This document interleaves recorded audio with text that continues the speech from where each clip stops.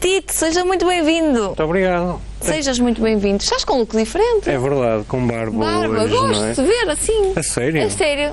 Eu, por norma, gosto de homens com barba. Ah, sim, senhora. Sim, senhora. Pronto, olha. Eu também lhe ia fazer um elogio, porque essa saia é extremamente bonita. Não sei se é olha, já a Carla modelo Ascensão também gostou nacional, muito da minha saia. mas Vou é de mostrar, facto é da bonita. Ali Joe. Aproveito para mostrar, não é? Pronto. Desfile. Olha, já que estou numa onda de moda de desfile, porque estive a trabalhar no Portugal Fashion, viram? Isso foi fim de semana, não foi? Sei. Ah, já viram. Foi no fim de semana? Sim, senhora. Correu bem? Pronto, correu muito bem, sim, Sei que é senhora. preciso. Tem que ser, os escritores nacionais estão bombando. Ainda bem, ainda bem. Olha, Tito, vamos falar de algo que me parece muito importante. Cada vez vemos mais. E nós antes dizíamos, nos Estados Unidos, que era tipo outra realidade, não é? Tipo Exato. outro mundo. Nos Estados Unidos houve uma criança que entrou numa escola e começou. Não precisamos ir agora, infelizmente, aos Estados Unidos, porque em Portugal vê-se o mesmo e vê-se muitas vezes que foi inspirado.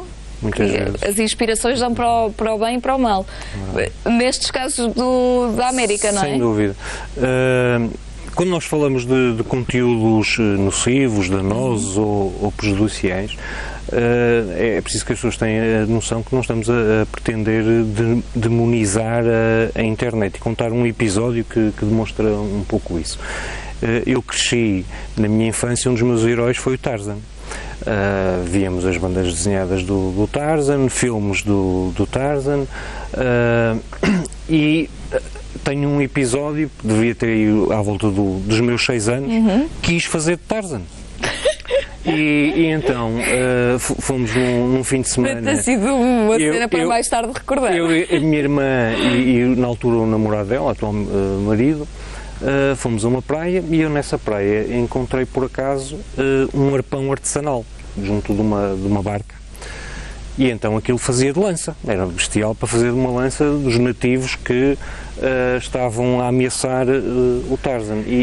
E queria a viva força que a lança, como via nos filmes, não é? Acertasse ao lado do pé, para dar noção de perigo de que ele estava a ser atacado. À primeira tentativa saiu muito ao lado.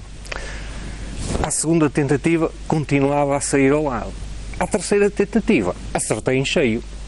Portanto, espetei o arpão no pé. Eu estou-me a lembrar de uma fase de uma irmã do Robin dos Bosques, também com as setas. Eu tenho dois sobrinhos, sobrinho estou-me a lembrar disso que agora. também tinha o herói era o Super-Homem, não é? E um carnaval também se mascarou também. Estamos a falar de idades de 6, 7 anos, não é? Que se mascarou também de Super-Homem e achava que a capa também lhe dava superpoderes. Portanto, tentou voar do telhado da garagem e não conseguiu. Partiu um braço. Esse mesmo sobrinho também tentou fazer de Batman e a coisa também não correu muito bem. Ou seja, Dava grandes... Foi super-heróis. No fim de semana a ver uma série, não sei se os nossos telespectadores alguém já viu, chama-se Arrow. Não? Adorei, por falar em super-heróis tem assim qualquer coisa. A Tânia também, a minha Tanita também vê, pelos vistos. Se alguém vir e se tiver comentários a fazer, pode colaborar através da nossa página Facebook. Gosto sempre de saber opiniões. Bem, continuando. E isto são 2 episódios, não é? A propósito de séries, que se passaram numa altura em que ainda não havia internet. Hoje a internet traz novas situações para a equação. Nós não só podemos aceder a conteúdos, e acedemos a conteúdos sobre tudo e mais alguma coisa, é como fazer, e acrescentem a coisa mais horripilante que vos possa acontecer, e vão encontrar na internet conteúdos e receitas com instruções passo a passo, muitas vezes até com vídeo, sobre como fazer determinada coisa. E não só podemos consumir esses conteúdos, como qualquer um de nós também pode pôr as suas receitas na internet. Isso por si não tem risco. O risco é quando nós pegamos no arpão e experimentamos fazer de Tarzan. Portanto, esse passo que é o comportamento é o que pode, na realidade, transformar um conteúdo por si poderá ser inócuo num conteúdo que pode ser nocivo, prejudicial ou danoso, ou seja, e depois temos de ter em conta também, e criar dano nas pessoas. Depois temos de ter noção também e perceber que estamos a falar de realidades muito diferentes e há países em que determinados materiais são arranjados com muita facilidade. Sem dúvida, sem dúvida. No caso, por exemplo, que estava a falar das escolas, nós felizmente ainda temos uma regulamentação, não é fácil, por exemplo, obter-se armas, não é? Tenho uma história aí também, um dos meus filhos também em miúdo, um belo dia também viu já aí qualquer coisa na internet que implicava comprar soda cáustica e na drogaria não lhe a venderam.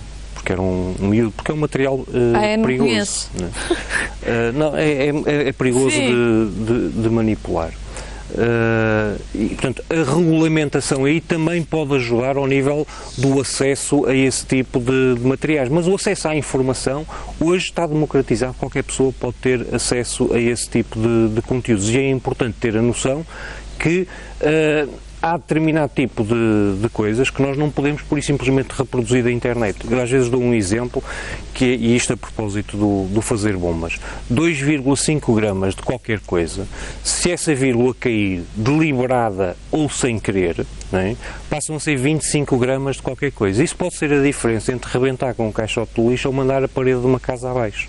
E em Portugal, felizmente as coisas ainda só chegaram ao nível do caixote de lixo, mas há uma história, por exemplo, na Noruega, em que dois jovens adolescentes procuraram fazer explosivos a partir de uma receita em casa e mandaram mesmo a parede da casa abaixo. E há crianças, e eu acho que toda a gente sabe disso e tem esta ideia também, há crianças que são muito dadas a experiências. Sem dúvida.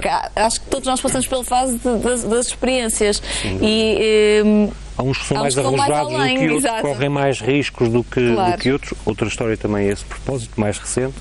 Eu tenho um filho com 23 anos, que tem um pouco esse tipo de personalidade, é mais arrojado, corre mais riscos. Por exemplo, ele gosta não é o basquetebol, é o street basket, está a ver? Esse género de atividades assim mais radicais, não é? E então, há sempre um certo desvio para o mais radical, não é? E então, recentemente começou a praticar exercício físico e descobriu um site na internet para o exercício físico ter resultados mais rapidamente. E ele, o irmão e um amigo foram seguir os exercícios propostos na parte de iniciado ainda, portanto não era mais desenvolvidos, e daí resultou que, como é exercício físico, não foi examinado medicamente antes para ver se podia fazer aqueles exercícios ou não. Não foi acompanhado por um entendido, um coach, não é? Que lhe diga se aqueles exercícios são adequados a eles ou não.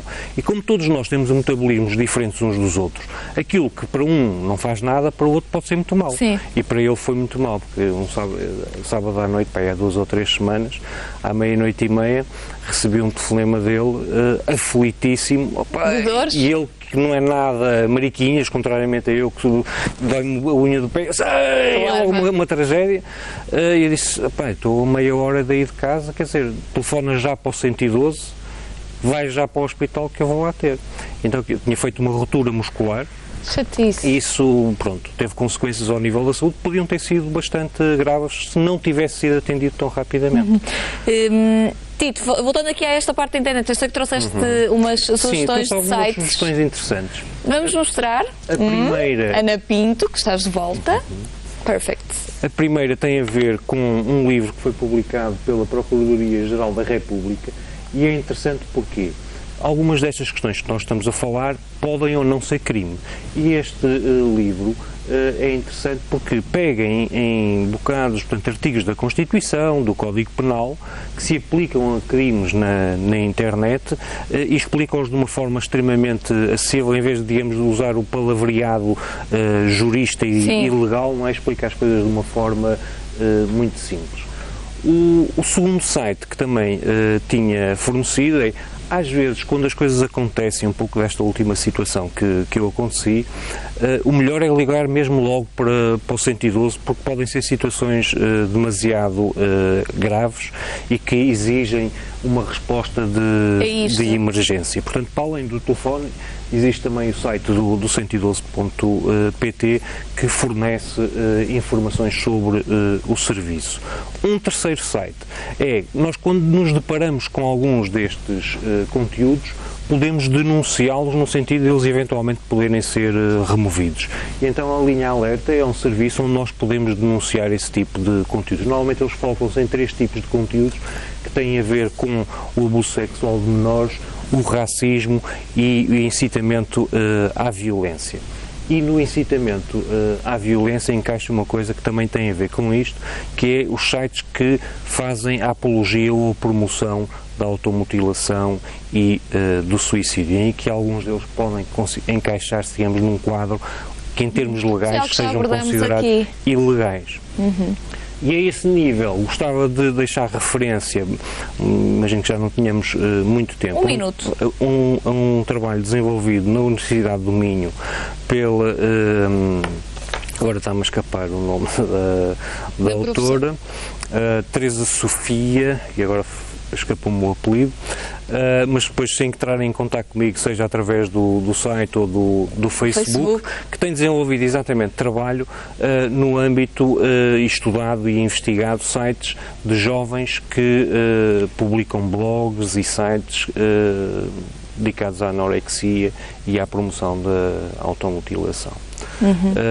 E onde, pronto, é uma realidade que já está a ser estudada em Portugal e sobre o qual também já Mas é curioso essa realidade que falas, Tito, porque eu acho que antigamente as pessoas que sofriam destas doenças muitas vezes fechavam-se, e hoje em dia já começamos a ver alguns casos daqueles que tiram fotografias, fazem vídeos, falam sobre...